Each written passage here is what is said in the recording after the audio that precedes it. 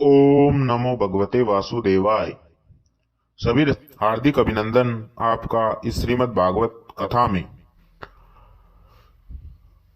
आशा करता हूं कि आप सभी स्वस्थ एवं सुखी हैं। बहुत बहुत धन्यवाद आपका इस श्रीमद् भागवत कथा में हमारे सहयोगी बनने के लिए। आज के इस अध्याय में, पंचम अध्याय में, द्वितीय स्कंद के 4 अध्याय अपन पूर्ण कर चुके हैं। आज पंचम अध्याय में सृष्टि वर्णन को चर्चा का विषय रखेंगे। हालांकि हमने इस अध्याय को श्री गरुड़ महापुराण में पूर्ण कर चुके हैं, हम फिर भी इस अध्याय को अलग से यहां भी इस पर चर्चा करेंगे। यहाँ नारद जी और ब्रह्मा जी का आपस में संवाद चल रहा है। नारद जी क्या प्रश्न पूछते हैं और ब्रह्मा जी क्या उत्तर देते हैं सृष्टि के बारे में, उस पर चर्चा करेंगे। तो अविलंब करते हैं प्रारंभ।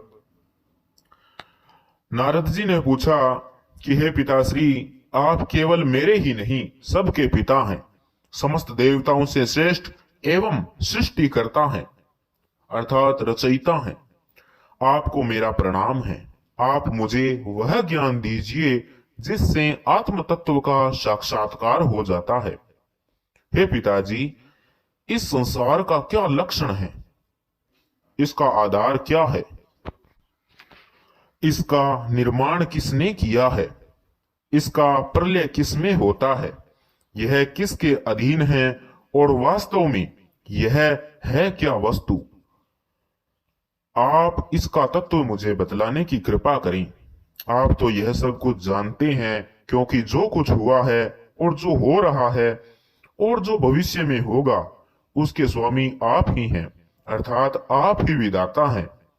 यह सारा संसार हथेली पर रखे हुए हैं और हथेली पर रखे हुए आंवले के समान आपकी ज्ञान दृष्टि के अंतर्गत ही है।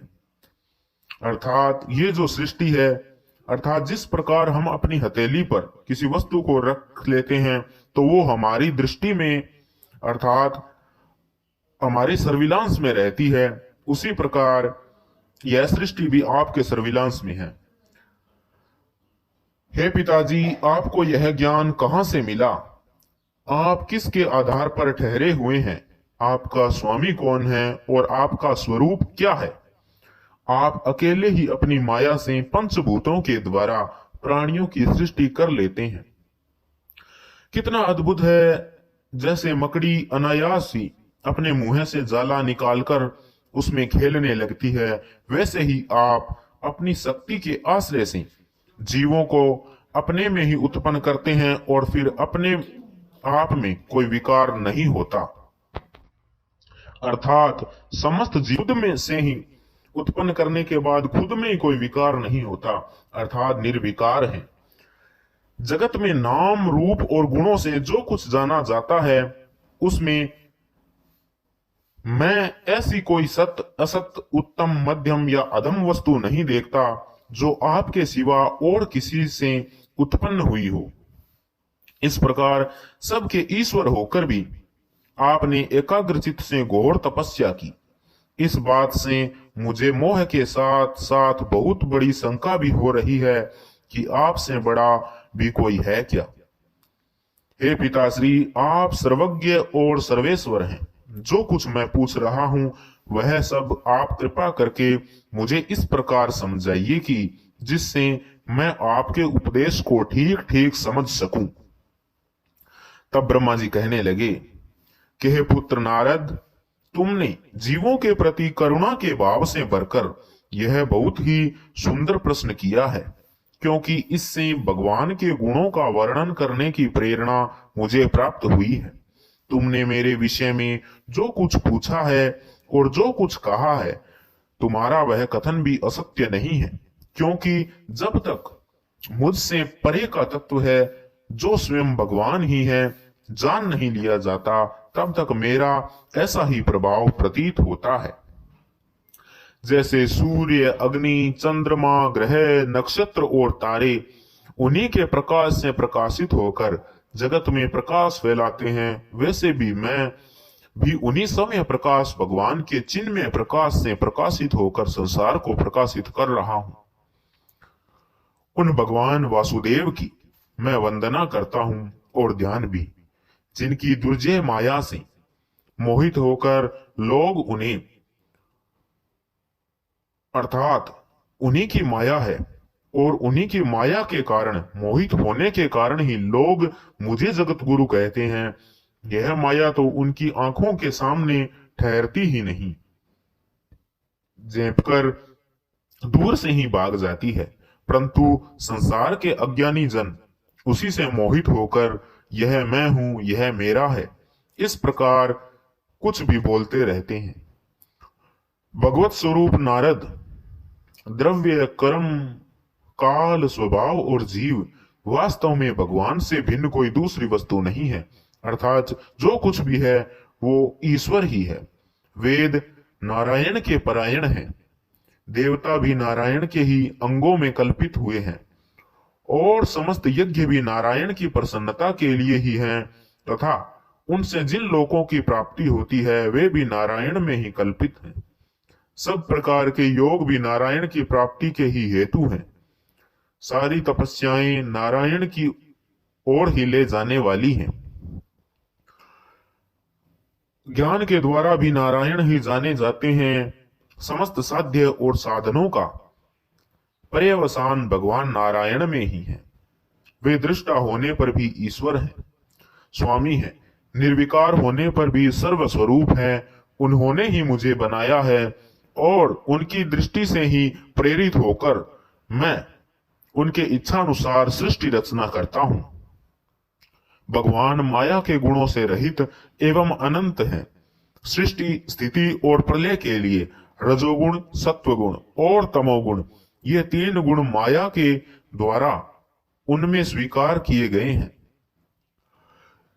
ये ही तीनों गुण द्रव्य, ज्ञान और क्रिया का आश्रय लेकर मायातीत नित्य मुक्त पुरुष को ही माया में स्थित होने पर कार्य, कारण और कर्तापन के अभिमान से बांध लेते हैं। हे नारद, इंद्रियातीत भगवान गुणों के इन तीन आवरणों से अपने स्वरूप को भली भांति ढक लेते हैं, इसलिए लोग उनको नहीं जान पाते। सारे संसार के और मेरे भी एकमात्र स्वामी वे ही हैं।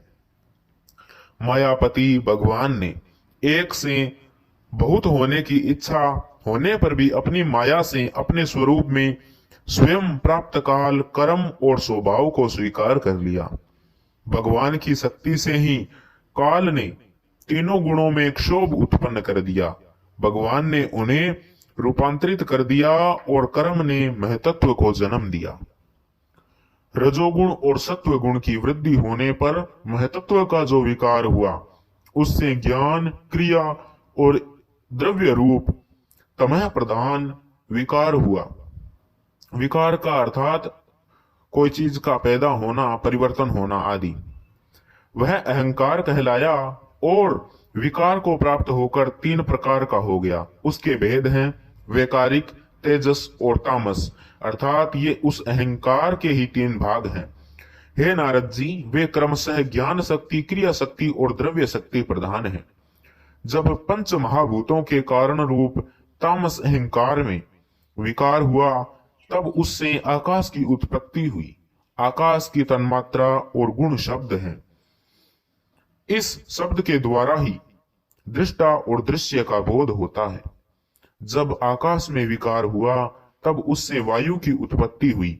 उसका गुण है स्पर्श। अपने कारण का गुण आ जाने से यह शब्द वाला भी है। इंद्रियों में स्फूर्ति, शरीर में जीवनी शक्ति, ओज और बल इसी के ही रूप है। काल, कर्म और स्वभाव से वायु में भी विकार हुआ, अर्थात चेंजिंग हुई। उससे तेज की उत्पत्ति हुई। इसका प्रधान गुण रूप है। साथ ही इसके कारण आकाश और वायु के गुण शब्द एवं स्पर्श भी इसी में है। तेज के विकार से जल की उत्पत्ति हुई। इसका गुण है रस। कारण तत्वों के गुण शब्द, स्पर्श और रूप भी इसी में है।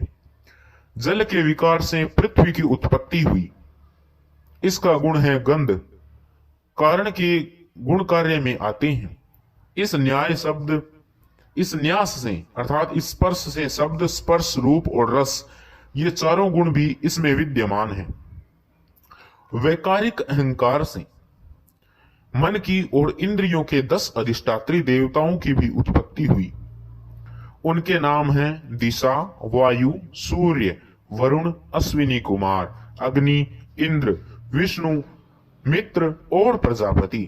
तेजस अहंकार के विकार से श्रोत्र, त्वचा, नेत्र, जिह्वा और प्राण, ये 5 ज्ञानेन्द्रियां एवं वाक, हस्त, पाद, गुदा और जननेन्द्रिय, ये 5 कर्मेंद्रियां उत्पन्न हुई। साथ ही ज्ञान शक्ति रूप बुद्धि और क्रिया शक्ति रूप प्राण भी तेजस अहंकार से ही उत्पन्न हुए।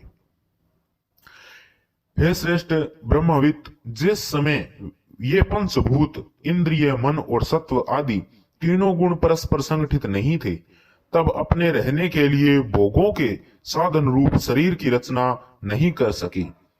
जब भगवान ने इन्हें अपनी शक्ति से प्रेरित किया, तब वे तत्व परस्पर एक दूसरे के साथ मिल गए और उन्होंने आपस में कार्य कारण भाव स्वीकार करके व्यष्टि समष्टि रूप पिंड और ब्रह्मांड दोनों की रचना की। वह ब्रह्मांड रूप अंडा 1 सहस्र वर्ष तक निर्जीव रूप से जल में पड़ा रहा। फिर काल, कर्म और स्वभाव को स्वीकार करने वाले भगवान ने उसे जीवित कर दिया। उस अंडे को फोड़कर उसी में से ही विराट पुरुष निकला, जिसकी जंघा, चरण, भुजाएं, नेत्र, मुख और सिर सहस्रों संख्या में है। विद्वान पुरुष उपासना के लिए उसी के अंगों में समस्त लोक और उनमें रहने वाली भुजाओं की अर्थात जितनी भी वस्तुएं हैं, उन सभी वस्तुओं की कल्पना उन्हीं के समस्त अंगों में करते हैं। उसकी कमर से नीचे के अंगों में 7 पाताल की और उसके पेड़ों के ऊपर के अंगों में 7 स्वर्ग की कल्पना की जाती है। ब्राह्मण इस विराट पुरुष का मुख है, भुजाएं क्षत्रिय हैं, जांघों से वैश्य और पैरों से शूद्र उत्पन्न हुए। पैरों से लेकर कटी पर्यंत अर्थात कमर तक 7 पाताल तथा भूलोक की कल्पना की गई है। नाभि में भूवर्लोक की, हृदय में स्वर्गलोक की और परमात्मा के वक्षस्थल में महरलोक की कल्पना की गई है। उसके गले में जनलोक, दोनों स्तनों में तपोलोक और मस्तक में ब्रह्मा का नित्य निवास स्थान सत्यलोक है। उस विराट पुरुष की कमर में अतल, जंघाओं में वितल, घुटनों में पवित्र सूतल लोक और जंघाओं में तलातल की कल्पना की गई है। एड़ी के ऊपर की गांठों में अर्थात टखनों में महातल, पंजे और एड़ियों में रसातल और तलुओं में पाताल समझना चाहिए। इस प्रकार विराट पुरुष सर्वलोकमय है। विराट भगवान के अंगों में इस प्रकार की भी लोकों की कल्पना की जाती है कि उनके चरणों में पृथ्वी है, नाभि में भूवर्लोक और सिर में स्वर्गलोक। आज इस सृष्टि वर्णन के बारे में हमने चर्चा की। आगे 6ठम अध्याय में विराट स्वरूप की विभूतियों का वर्णन करेंगे, परंतु आज की चर्चा में इतना ही।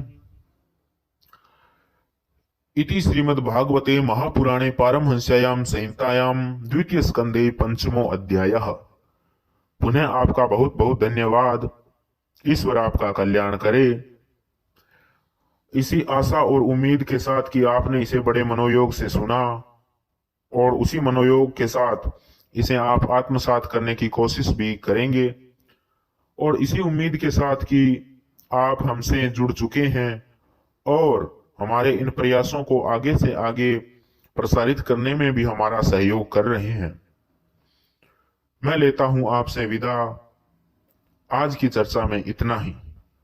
हरि ओम तत्सत।